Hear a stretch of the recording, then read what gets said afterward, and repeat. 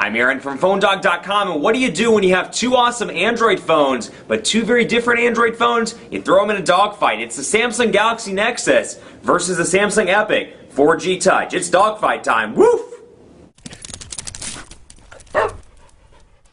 So as I say all too often in these dogfights, you got two awesome high-end Android phones here. You have the Samsung Galaxy Nexus. Now you can get this through two means. You can get it from Verizon on a carrier subsidized price for $299.99, and of course it has, it's Verizon capable with 4G LTE. So it's an all-around cool smartphone, a high-end smartphone on Verizon, and it joins the Motorola Droid Razr and the HTC Resound in Verizon's high-end kind of holiday lineup of smartphones. So you have this Samsung, but then you have another Samsung over here. This is the Samsung, and by its full name, it's the Galaxy S2, Epic 4G Touch. I had to throw in the comma because, we got to be grammatically correct around here.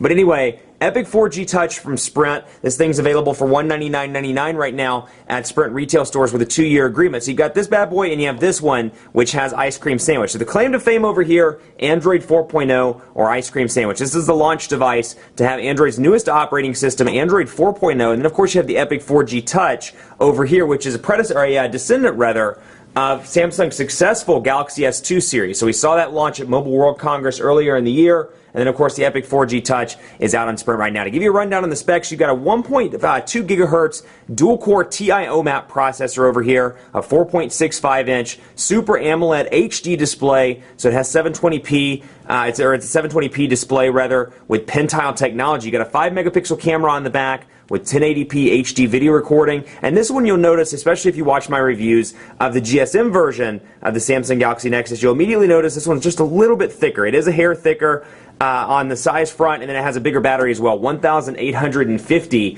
milliamp hours as opposed to 1,750 in the unlocked version. But then again, you do get 4G LTE connectivity over here, as you can see up there in the notification bar, and we'll wait for that to focus in. You get that. That's obviously a battery hog on Verizon.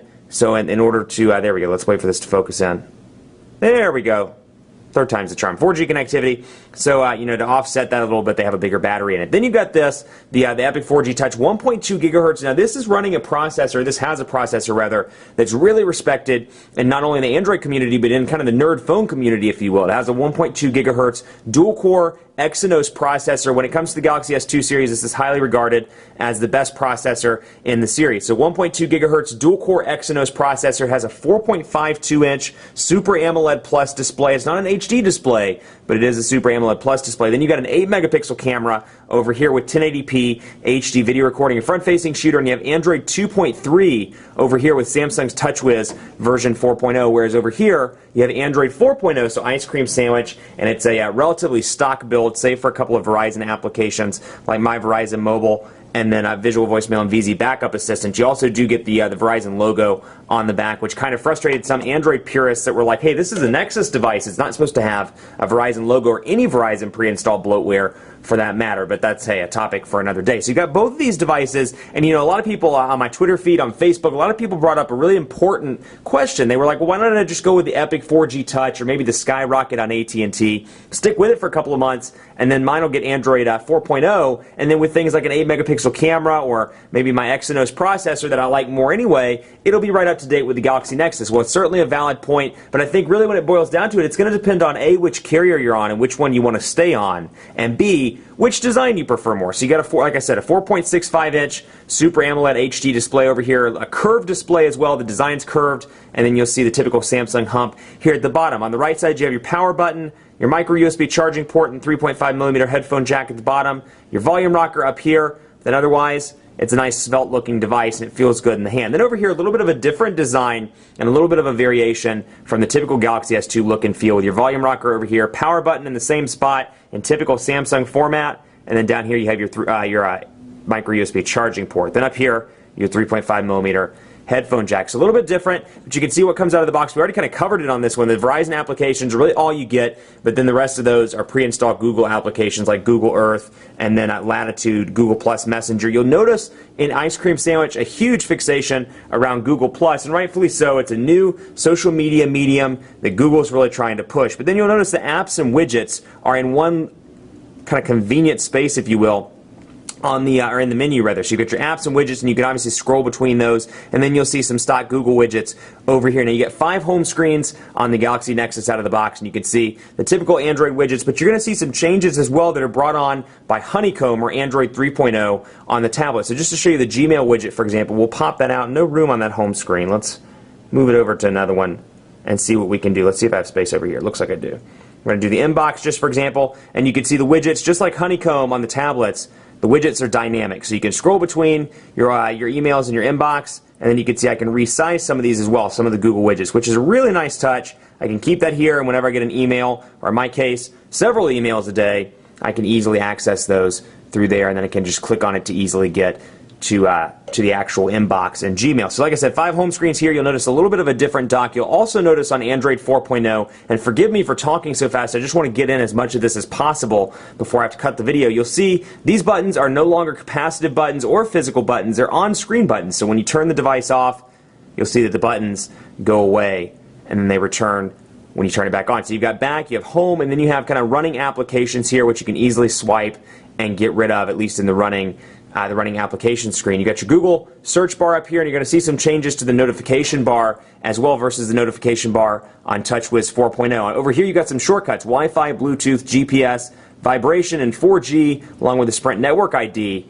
And then over here all you have is the carrier ID and a shortcut to settings up top. One thing I do like about Ice Cream Sandwich is that when you turn it off and back on, you can still access the notification bar without having to actually unlock the display. But that's the lock screen over there, just to give you an idea. Now over here, TouchWiz 4.0, a huge revision, a huge change from TouchWiz 3.0 on older devices like the Droid Charge and stuff like that. So you got this TouchWiz 4.0, 7 home screens. You got your dock down here at the bottom, excuse me, and capacitive buttons, since this is running Android 2.3, but you'll notice that because it's a Super AMOLED Plus display, you've got some darker colors in the background to kind of conserve battery. You've got phone, contacts, messaging, and then in your applications in here, this is a Sprint device. It's a Sprint branded device, so you're going to see stuff like NASCAR, Sprint Cup Mobile, Sprint Hotspot, Sprint ID, Sprint Mobile, Sprint Music Plus, Sprint Radio, TV and Movies, Sprint Zone, just a lot of Sprint stuff. Visual voicemail and more. Now Sprint's been pretty good in letting you uninstall most of those applications, so not only can you sideload applications if you're looking for something outside of the Android market perhaps, but we can come over here to downloaded apps and get rid of things like Sprint Radio, Sprint TV and Movies, Sprint Music Plus, NASCAR, Sprint Cup Mobile. So it gives you the opportunity to remove most of those. Now you're not going to be able to get rid of Sprint Hotspot or Sprint ID, but hey, the ability to get rid of some of those, certainly a nice little feature there. Let's take a look at messaging on both of these devices. Have a look at the keyboards and what comes pre-installed. And one thing I was really impressed with over here, and let me pull that away to make sure that I delete some of these messages, because some of the followers have been text messaging me, and I've been responding to those and didn't want their numbers to pop up on camera. So you can see here, here's the messaging screen. Come down here and open up a new message. Pretty easy there, and you can see the keyboard. Now, interestingly enough, I find that going from portrait to landscape takes an unusually long time. Take a look at how long those transition effects are. Hopefully that'll be fixed with a future software update, but you can see 4.65-inch display makes it really easy to type on, and combine that with the fact that they've really improved the Android keyboard experience. Now, swipe unfortunately isn't available in Android 4.0 just yet, but we can say the busy rumor dog is happy to be alive and healthy. How about that? Which you can see my spelling's pretty rough, and you do get that emoticon shortcut, but my spelling's pretty rough, and it auto-corrected all of that pretty easily. And then when I go into landscape mode over here, you can see taking its sweet time, but you got a nice big 4.5-inch or 4.65-inch display to work with, and it covers, minus the buttons over here, it covers almost all of the screen, making it pretty easy for those with large thumbs. Now, still get a big display over here, a 4.52-inch display, and you get 3 keyboard options out of the box, excuse me, 2 over here out of the box. You get Samsung keypad and swipe. If you're really longing for the Android keyboard, you can download the Gingerbread keyboard from the Android market. There are also other options like Swift Key and more in the Android market. So the busy rumor dog, and I have auto-correction turned off. The busy rumor dog wants the sun to come out. I find that the busy rumor dog is a lot like Aaron Baker. Come out. Busy rumor dog wants the sun to come out, but you can see again transition effects much faster on Android 2.3 and on TouchWiz 4.0. So that's something that's kind of been interesting to me. Let's take a look at browsing on both of these as well. When it comes to typing, the winner is the Samsung Galaxy Nexus, but definitely a close call here because, this does have a large display as well, 4.52 inches, but the improvements they've made to the stock Android keyboard are just really fantastic over here. Now, these are both 4G devices on their respective carriers. You get 4G LTE on Verizon, and you get WiMAX, which is also considered a 4G technology over on Sprint. So both of those come included with the plan. You obviously pay your tolls when it comes to data. Although Verizon's gone to the tiered data system, Sprint has not as of yet. So you can get unlimited data on Sprint. The problem is a lot of users are reporting slower speeds on 3G right now with Sprint. And even on 4G, WiMAX just doesn't perform as well indoors due to how high the megahertz frequency is. You're dealing with 700 megahertz over here, 2500 megahertz over here, meaning that as soon as you walk into those heavy doors or you go in the elevator, you're probably going to lose your WiMAX connectivity, whereas 4G LTE will most likely remain connected. So we're going to take a look at the browser here and go into phonedog.com, phonedog.com, and wait for that to load up. Then we're going to do it over here as well. Now, one thing I just absolutely love how smooth and easy to use TouchWiz 4.0 is. Look how fast that is. That Exynos processor, I just can't get over how great the Exynos processor is. And you see some improvements while that's loading over here to the widgets as well on TouchWiz 4. Very easy to access. And like I was showing off on the Galaxy Nexus, here are the police. They're coming for you. You hear that? But yeah, let's put it over here, for example, on this home screen. And actually, I don't believe this one's customizable, so I may have to go do another one. Let's just try a customizable widget like the and a digital clock's not customizable either. Let's try, see what we can find here.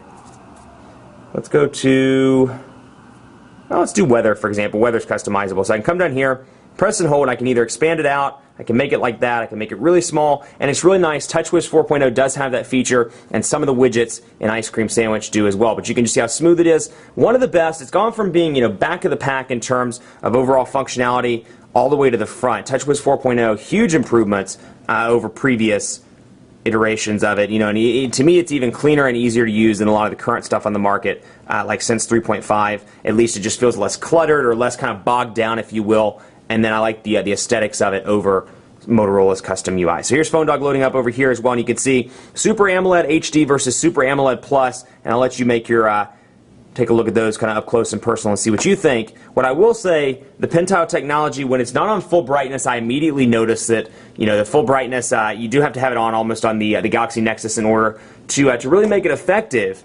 And then over here, the Super AMOLED Plus is just absolutely beautiful. So phonedog.com, you can see pinch to zoom, relatively responsive over here with little to no lag, and then you can easily open up a window. You're going to see tabs up here at the top now with the ability to add right there. And then over here, windows at the top, and it gives you a nice preview where you left off as well. So just a little bit of a different setup, but you see a skin over here versus stock Android over here. But pinch to zoom, incredibly responsive over here as well, thanks to that Exynos processor.